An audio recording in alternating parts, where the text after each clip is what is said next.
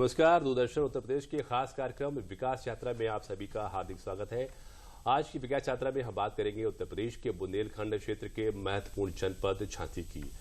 झांसी उत्तर प्रदेश के दक्षिण में बेतवा नदी के तट पर स्थित है। झांसी को आज हम उस जगह के रूप में जानते हैं जहां रानी लक्ष्मीबाई झांसी की रानी रहा करती थी, जिनकी वीरता, साहस और आत्मसम्मान की गाथाएं देश विदेश में मशहूर हैं।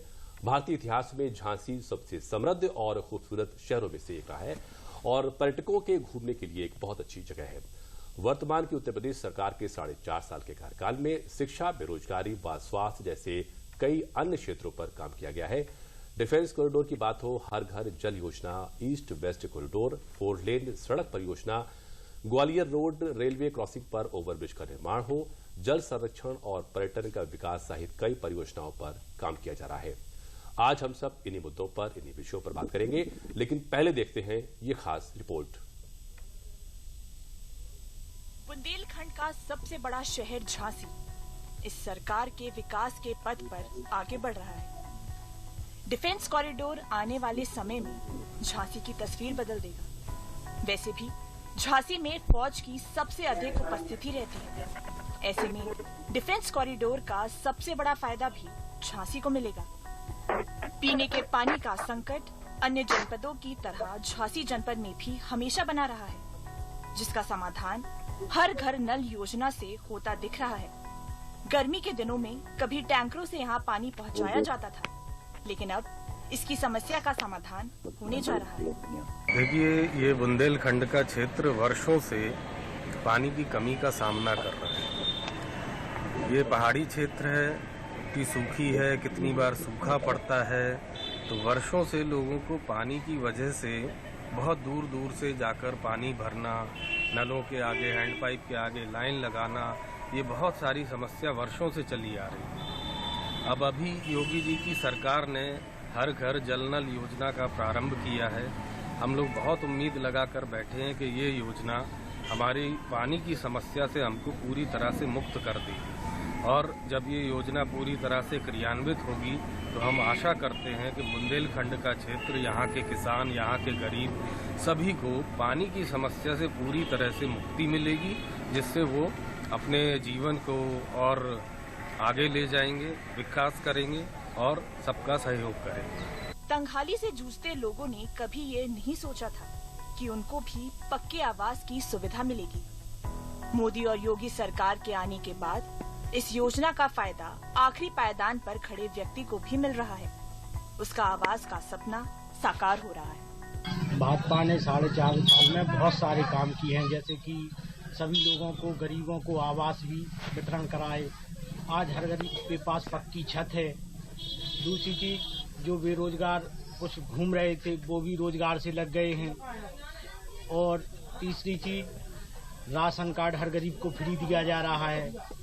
विकास की किरणें बुंदेलखंड के झांसी में भी दिखाई पड़ रही हैं, जहां लोगों के जीवन में योजनाओं के कारण बदलाव आ रहा है। झांसी से विकास शर्मा के साथ रामेंद्र सिंह, दूरदर्शन न्यूज, उत्तर प्रदेश। तो इस खास रिपोर्ट में आपने देखा कि किस प्रकार वर्तमान योगी सरकार द्वारा और वर्तमान मोदी सरकार द्वारा विकास की जो परियोजनाएं हैं, योजनाएं हैं, वो बुंदेलखंड क्षेत्र में चलाई जा रही हैं और जिनका लाभ वहां के लोगों को मिल रहा है। तो आइए आज इन्हीं सब मुद्दों पर हम बात करेंगे। हमारे साथ बात करने के लिए झांसी से डॉक्टर रविंद्र शुक्ल जुड़ चुके हैं, जो कि पूर्व सरकार में मंत्री रहे हैं, भाजपा सरकार में। कई बार उन्होंने झांसी क्षेत्र का प्रतिनिधित्व किया है, विधायक के तौर पर झांसी को बहुत अच्छे से जानते हैं। हमारे साथ स्टूडियो में वरिष्ठ पत्रकार निर्मल यादव जी हैं और साथ ही साथ हमारे साथ श्याम बाबू, वरिष्ठ पत्रकार झांसी से जुड़ेंगे, और साथ ही हमारे दूरदर्शन के प्रतिनिधि झांसी के विकास कुमार जी हमारे साथ जुड़ेंगे। तो चर्चा की शुरुआत हम करते हैं डॉक्टर रविंद्र शुक्ल जी से। डॉक्टर रविंद्र शुक्ल जी, झांसी को बहुत अच्छे से आप जानते हैं, कई बार आप वहां से विधायक रहे हैं, सरकार में मंत्री रहे हैं, और झांसी की जो समस्याएं हैं, झांसी ही नहीं बल्कि अगर पूरे बुंदेलखंड क्षेत्र की बात की जाए तो वहां का जो विकास हुआ है 4.5 साल का अगर कार्यकाल की बात की जाए योगी सरकार की, तो किस प्रकार आप देखते हैं? देखिए, ऐसा है कि यहाँ से श्याम बाबू जी जो हैं बहुत वरिष्ठ पत्रकार हैं जी। वो स्वयं ये कि जिस समय मैं यहाँ का विधा उस समय क्या दशा थी, झांसी जो है गांव जैसा था।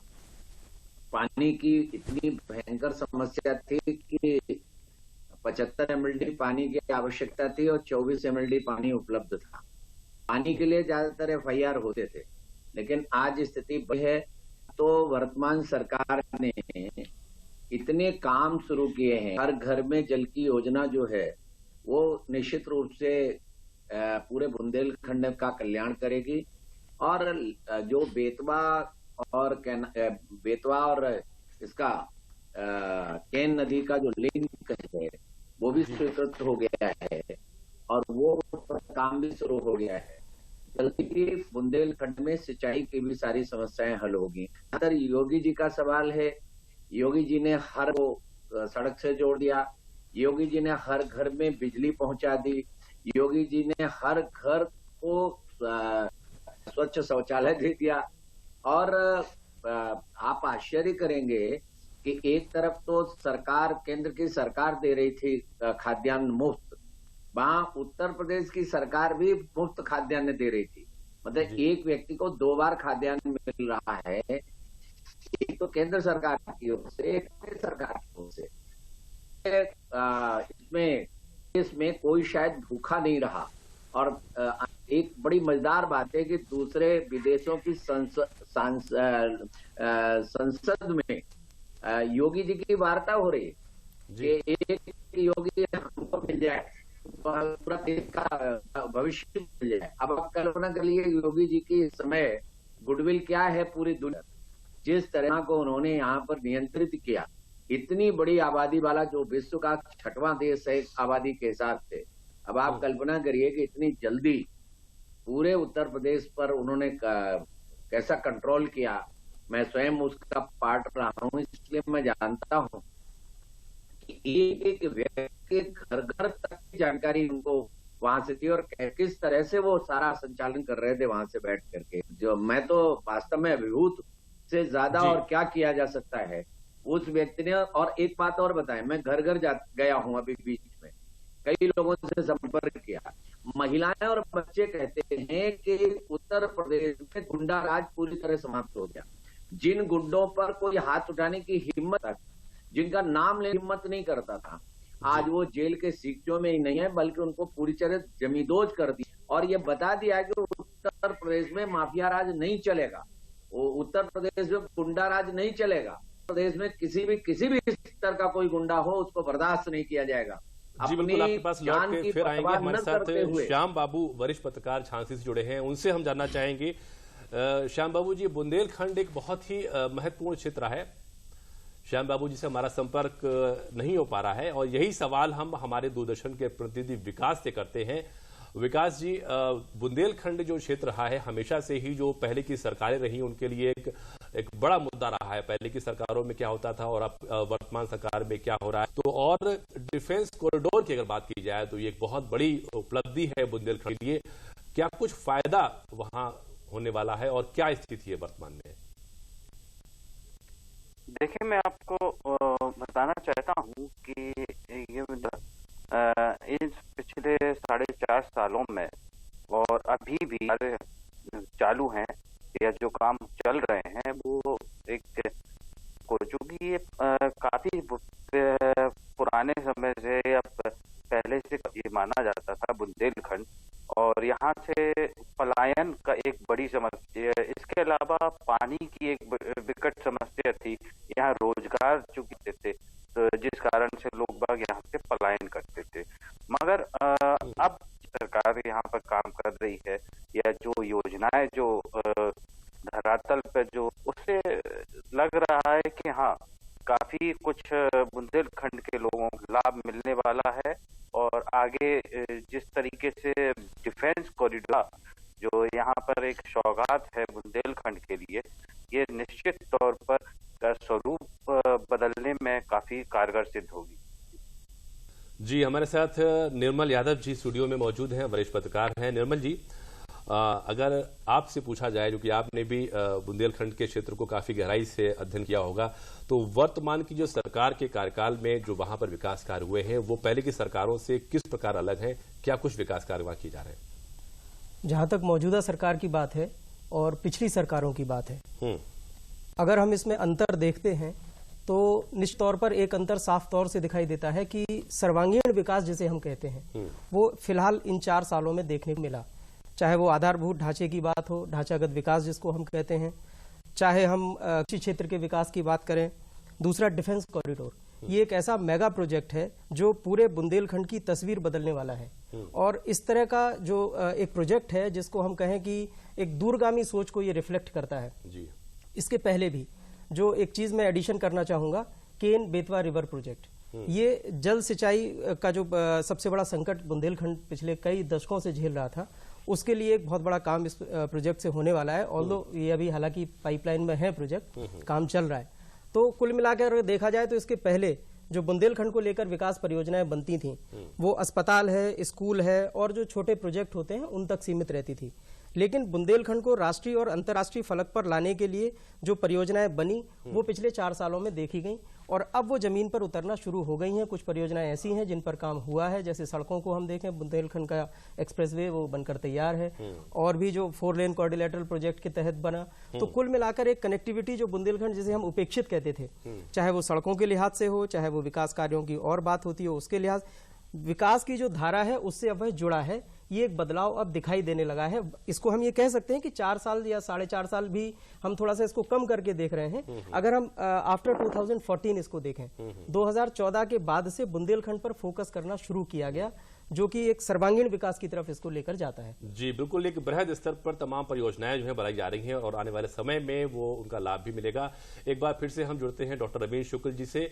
डॉक्टर रवींद्र शुक्ल जी, झांसी जो है वो हमेशा से ही एक बहुत ही खूबसूरत शहर रहा है और पर्यटन के लिहाज से देखा जाए तो वहां पर तमाम संभावनाएं हैं। कई ऐसी जगह हैं, झांसी के किले की बात की जाए जो प्रथम स्वाधीनता संग्राम का केंद्र रहा था, और साथ ही साथ वहां दतिया है, आप जो जहां पर लोग जाते हैं, दर्शन करने जाते हैं, शक्तिपीठ है। तो वर्तमान सरकार द्वारा अगर देखा जाए तो पर्यटन की दृष्टि से झांसी में क्या कुछ विकास की योजनाएं चलाई जा रही हैं?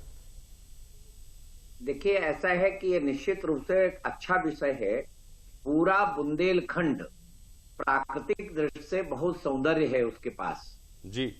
लेकिन भाग्य ये है कि जिस तरह की योजनाएं बननी चाहिए वो पहले नहीं बनी, किंतु वर्तमान सरकार ने इसको पर्यटन का केंद्र बनाने के लिए बहुत योजनाएं बनाई हैं और इस पर बहुत काम करना शुरू किया, चाहे वो चित्रकूट में हो, चाहे वो झांसी में हो, बाकी जगह सब जगह लगभग काम चल रहा है।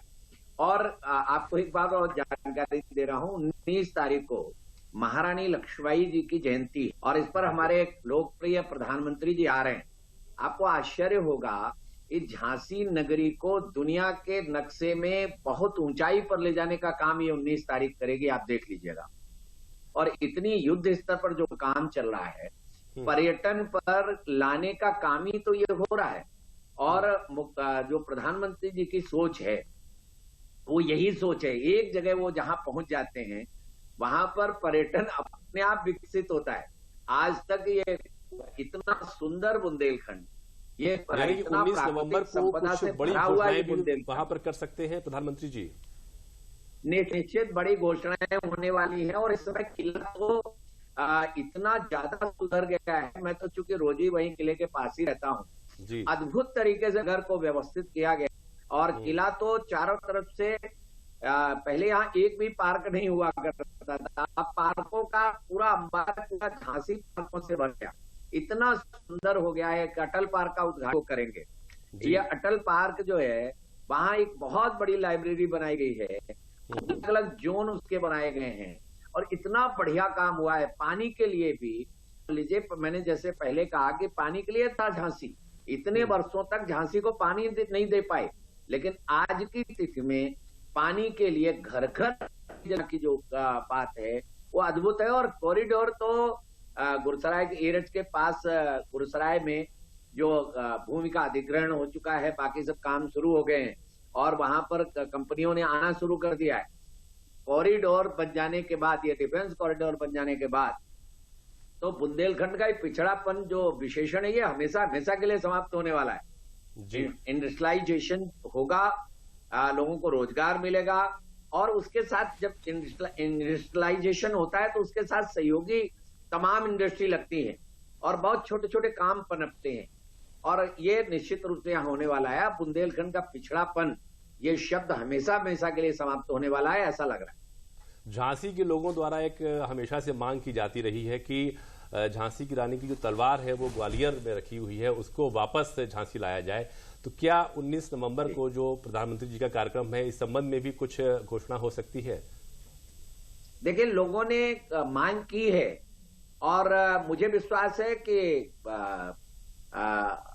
माननीय प्रधानमंत्री जी इतने संवेदनशील हैं कि वो निश्चित रूप से इस पे काम करेंगे। और आजकल तो सिंधिया जी भी बीजेपी में आ गए हैं और महारानी झांसी की तलवार झांसी, अगर ये सम्मान की बात है और झांसी की जनता इसको चाहती है, इसलिए निश्चित भी अपनी ओर से भी और झांसी की जनता की ओर से भी मैं श्रद्धेय प्रधानमंत्री जी को निवेदन करूंगा, आदरणीय योगी जी को निवेदन करूंगा कि झांसी की जनता की मांग पूरी हो और तलवार अगर झांसी आ जाएगी तो झांसी की जनता को बहुत प्रसन्नता होगी निश्चित रूप जी। एक बार लौट कर आते हैं स्टूडियो निर्मल जी के पास। निर्मल जी, प्रधानमंत्री जी जब भी कहीं जाते हैं तो वो उनकी यात्रा अपने आप में ही एक ऐतिहासिक यात्रा हो जाती है। 19 नवंबर की यात्रा है, क्या इसके बाद ऐसा माना जाए कि रानी लक्ष्मीबाई का जो स्थान है इतिहास में वो और उभर कर सामने आने वाला है जनता के सामने, देश के सामने? देखिए, हमारे देश के आज़ाद भारत के इतिहास में ये पहली बार हो रहा है कि महारानी लक्ष्मीबाई के जन्मदिन के अवसर पर देश का प्रधानमंत्री झांसी जा रहा है जी। ये अपने आप में एक बड़ी ऐतिहासिक घटना है। और इसके अलावा अगर आप उनका प्रोग्राम उठाकर देखें तो वो झांसी किले में भी जाएंगे। ये भी अपने आप में एक पहली बार होने वाली बात होगी। और निश्चित रूप से अगर प्रधानमंत्री कहीं जाएंगे, और वो एक ऐसा ऐतिहासिक स्थल है, मैं आपको बताऊं मेरी तो जन्मस्थल ही है वो। अच्छा। और हमारा बचपन उस किले के आसपास ही बीता है जी जी। वहाँ एक स्पॉट है जहाँ से महारानी लक्ष्मीबाई अपने घोड़े से कूदी थी और वो बहुत ऊंचाई से उन्होंने छलांग घोड़े ने लगाई। वो स्थान भी देखेंगे प्रधानमंत्री। वो स्थान ही उस पूरे किले की, जिसको मैं कहूँ जान है, वो उस जगह पर वो जाएंगे और जो भी टूरिस्ट वहाँ आता है वो उस जगह को जरूर देखेंगे, क्योंकि एक रोमांच से भर देने वाली जगह है उनका। वहाँ जब आप खड़े होकर देखेंगे तो पूरा शहर और पहाड़ी पर चूंकि वो किला है, तो टूरिज्म के लिहाज से अगर देखा जाए तो एक तरह से वो उपेक्षित था और एक ऐसा स्पॉट था जिसको कि हमें विश्व फलक के सामने लाने का एक बड़ा अच्छा अवसर था, जिसको कि हमने खो दिया था। प्रधानमंत्री का जाना, उस किले के अंदर जाना, वहां मुक्ताकाशी मंच पर सभा करना या आसपास के इलाके में भी उनका रहना, ये अपने आप में झांसी को एक टूरिज्म के ही लिहाज से बल्कि और भी सारी औद्योगिक गतिविधियों की अगर हम बात करें, वहाँ डिफेंस कॉरिडोर को लेकर अभी 3 दिन का एक एक्सपो होने वाला है। तो ये 3 दिन का जो पूरा प्रोजेक्ट वहाँ चलना है, वहाँ जो पूरी गतिविधियां चलनी है, वो झांसी को निश्चित रूप से पहचान दिलाएगा। पहचान के अलावा एक लोगों की उसमें जो जिसको हम कहें क्यूरियोसिटी बढ़ेगी क्या। और ये हम सब जानते हैं कि ऐतिहासिक जगह है, इतिहास में उसका अपना एक बड़ा महत्वपूर्ण स्थान है, लेकिन किस तरह से उसको उपेक्षित रखा गया और आज वो किस तरह से पिछले 4-5 सालों में विश्व के मानचित्र पर उभर कर आया, ये चीज प्रधानमंत्री मोदी की यात्रा के बाद आप देखेंगे कि इसमें बड़ा एक ड्रास्टिक चेंज आने वाला है। जी बिल्कुल। और इसी विषय से संबंधित हमारे डॉक्टर रवीन शुक्ल जी कुछ कहना चाहते हैं, आइए फिर से उनके पास चलते हैं। डॉक्टर रवीन शुक्ल जी, आदरणीय यादव जी ने कहा कि वो मुक्ताकाशी मंच पर या वहां जाएंगे, ऐसा नहीं है। उनका कार्यक्रम उसी स्थान पर है जिस स्थान से महारानी लक्ष्मीबाई कूदी थी। जिस स्थान पर महारानी लक्ष्मीबाई का घोड़ा कूदा था, उसी स्थान पर, ठीक उसी जगह पर आदरणीय मोदी जी की सभा है, उसी जगह से वो कार्यक्रम संबोधित करेंगे। बहुत अच्छी चुना है और ये केवल दुनिया को बताने के लिए, जैसा यादव जी कह रहे कि ये ब्रांडिंग है। और आप देखा कि पर्यटन के नक्शे पर झांसी क्या पूरा बुंदेलखंड होगा और बहुत बड़ा काम ये हो रहा है, बहुत बड़ा काम हो रहा है। जी बिल्कुल। और हमारे दूरदर्शन प्रतिनिधि विकास कुमार के पास चलते हैं। विकास जी, पर्यटन की बात हम लोगों ने कर ली है और बहुत कुछ होने वाला है। 19 नवंबर के बाद हो सकता है कुछ बड़ी घोषणाएं भी वहां पर हो।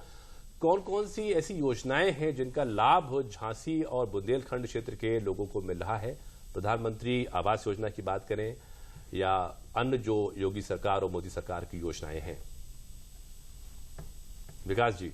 देखिए, मैं आपको बता देना चाहता हूं कि प्रधानमंत्री जी जब 19 तारीख को यहाँ पर निश्चित तौर पर पानी से जुड़ी कई परियोजनाएं हैं, जो 4 परियोजनाएं जो सामने आ रही हैं, वो हर जल घर योजना की 4 अन्य परियोजनाओं को भी वो उसका शिलान्यास कर सकते हैं, जिसमें लगभग 4280 किलोमीटर की पाइपलाइन बिछाने की योजना है, जिसमें अब तक जैसा कि हम लोग को डेटा मिला है कि लगभग 300 किलोमीटर की जिले में पाइपलाइन बिछाई जा चुकी है।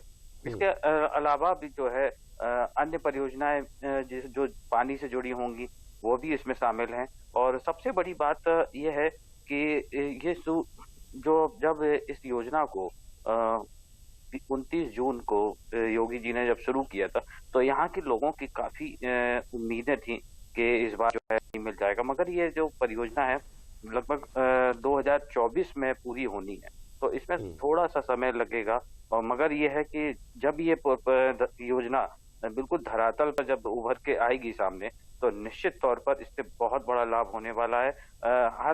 हर व्यक्ति को, जो यहाँ के कई गांव लगभग 15 लाख की आबादी को हर जल घर योजना है, शुद्ध पानी मिले। विकास जी, अगर कोरोना प्रबंधन की बात की जाए, कोरोना काल में झांसी में क्या स्थिति रही थी? कोरोना का प्रबंधन सरकार ने या वहां के प्रशासन ने किस प्रकार किया? बिल्कुल, कोरोना प्रबंधन की जैसे बात करी जाए तो हर जगह उस समय क्राइसिस था, मगर चूंकि हमारा जो झांसी है और ये मध्य प्रदेश और महाराष्ट्र से आने वाले लोगों के बिल्कुल कनेक्टिंग पॉइंट है, और यहाँ पे मध्य प्रदेश की सीमा भी लगती है। महाराष्ट्र से लोग जब उस समय जो माइग्रेट जो लेबर है, जब वहां से महाराष्ट्र से चल के जब झांसी में बिल्कुल उत्तर प्रदेश में जब एंटर की, तो यहाँ पे जिस तरीके से प्रबंधन जो प्रशासन दिखाया वो निश्चित रूप से देखने लायक था। हर किसी व्यक्ति को बहुत अच्छे तरीके से खाने, फूडिंग और पानी, पैकेटिंग और हर चीज से उनको वो किया गया, हर चीज मुहैया कराई गई। और जबकि मैं आपको एक बात बताऊं कि कुछ छात्र जो हैं, स्टूडेंट जब कोटा में राजस्थान में जब फंसे, तो बहुत अच्छी योजना थी, योगी जी ने पहल की और उन छात्रों को यहाँ से झांसी से जी हमारे साथ श्याम बाबू वरिष्ठ पत्रकार झांसी से जुड़ चुके हैं। श्याम बाबू जी, समय कम है, संक्षेप में आपसे जानना चाहेंगे कि वर्तमान जो योगी सरकार है, मोदी सरकार है, वो 4.5 साल का कार्यकाल योगी सरकार का है, वहां पर क्या कुछ काम हुए हैं झांसी में? संक्षेप में थोड़ा सा बताइए। सबसे प्रथम तो स्मार्ट सिटी बनने के बाद। श्याम बाबू जी, अपना कैमरा ठीक कर लीजिए, आपका चेहरा ठीक से नहीं आ रहा है।